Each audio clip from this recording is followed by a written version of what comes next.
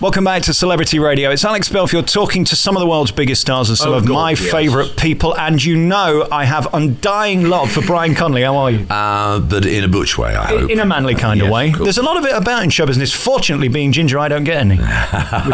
I'm saying nothing. There's nothing wrong with me. From an Anaraki radio point of view, you know I have admiration for your voice. I always have. But bigger than your speaking voice is your singing voice. And the way you can get depth and a broad church of sound from it is extraordinary. That's how you're able to do Jolson so brilliantly. In this, how taxing is it? Because the points you're screaming, then you're singing lightly, then you're having to boom and show off. It asks so much of you, doesn't it? When I done Jolson, we went into a recording studio, just laid down 4 tracks in the afternoon, and just because everyone kept going, do you sound like Jolson? And I never thought I could sound like Jolson, but eventually I did.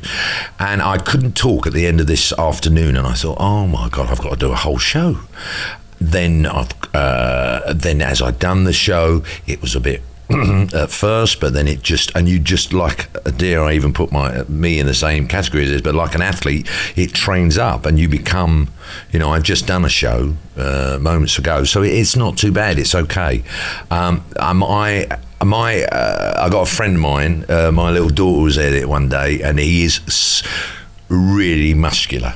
And his son was there, and he said, my dad's really muscly. And my little daughter went, my dad's got all his muscles in his throat. And I thought, oh, isn't that lovely? And I suppose I have. I was always say I'm born to sing. Everything else I learned from a very young age. I mimicked my father, who was a very keen opera singer in an amateur way. He never done it professionally, but at the age of 5, my little party piece was that I could do Santa Lucia and the Granada and all these operatic things because I mimicked him and listened to the records. And so, I could have gone into opera, who knows? Always. The comedy came much later, everything else, but the singing was right from the very beginning. When you do Granada, do you take your castanets on tour with you, or what? They're there. I have a tour bus for them, How do you do it on a day when you're not feeling 100%? People forget that. They think it's natural, and it is. It's a God-given natural talent. That's what I believe.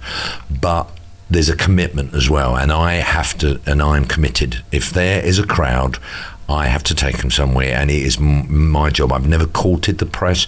It doesn't bother me, fame. I love being in front of a crowd, and I hope that's not taken in a big-headed way.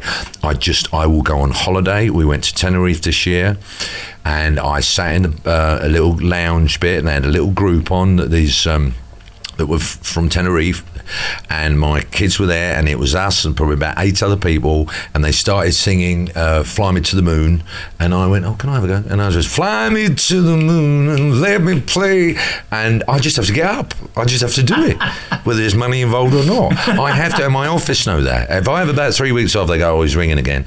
I say, oh, God, you got to get me something. Go and get me a cruise, because cruises have been good to me over the years. I've been all seeing the world, and I've enjoyed doing the odd cruise, but you can phone them at a drop of a hat and say, and they go, oh, do you want to go to Singapore for a week? Oh, yeah, that'd be nice. And then they know if I've not got anything concrete in, I'll go and do a cruise. I just have to do it. If anyone says, oh, you were born to do it, that's me. I'm born to be on stage. Do you ever stand aside from yourself and look at you from a distance and see what you do on stage, or do you have to not think about that? No, I don't think you can. You can't analyse it. You just, I think the more experienced you are, the more relaxed you are, but there's a lot going on there that even I don't know, and I'd rather not know. And you just do it.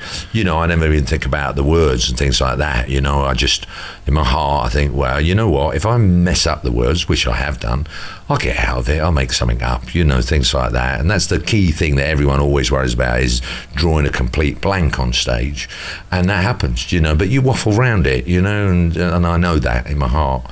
I've said this line twice this week. I said on Sunday night to Ken Dodd, I hope you appreciate how amazing you are, how brilliant you are, and the legacy that you leave on stage, because you're a one-off, seriously, in an industry full of people who are faking it and making probably more money than you are. To have the raw talent you've got and to do what you do to audiences is just phenomenal. Congratulations on that. Bless you. And it is about that. I do because I love it.